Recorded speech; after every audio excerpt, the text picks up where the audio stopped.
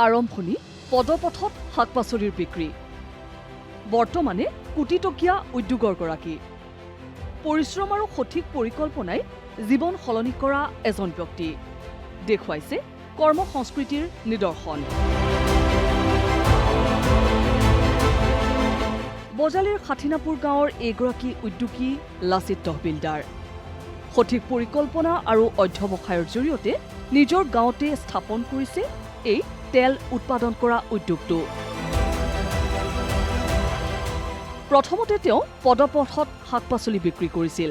পৰৱৰ্তী সময়ত পৰ্যায়ক্ৰমে চাউলৰ ব্যৱসায়, গাড়ী ব্যৱসায়, ঝাৰু বিক্ৰী কৰাৰ অন্তত আৰম্ভ কৰে সৰিয়হৰ তেলৰ ব্যৱসায়।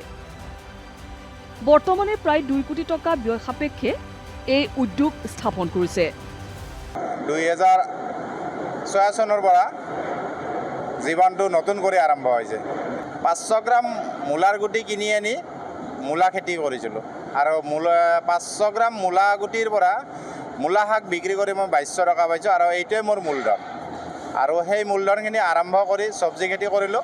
নেক্সট বছৰ বাদ দি মই বেলেগ ব্যৱসায় আৰম্ভ কৰোঁ। সৰু সৰু বহুত ধৰণৰ ব্যৱসায় কৰিছোঁ।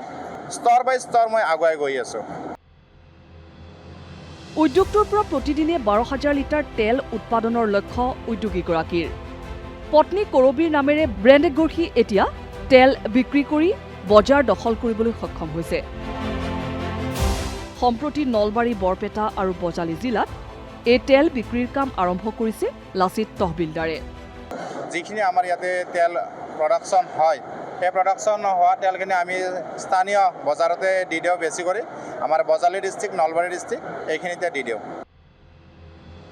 স্বনিৰ্ভৰশীল হোৱাৰ সমান্তৰালকৈ কেইবাটাও পৰিয়ালক সংস্থাপন দিবলৈ সক্ষম হৈছে উদ্যোগীগৰাকীয়ে। লগতে প্ৰায় 15জন শিক্ষাৰ্থীক আৰ্থিক সহায় আগবঢ়োৱাৰো লক্ষ্য লৈছে লাচিত তহবিলদাৰে। বজালীৰ পৰা মৃন্ময় পাঠকৰ ৰিপোৰ্ট, DD নিউজ অসম।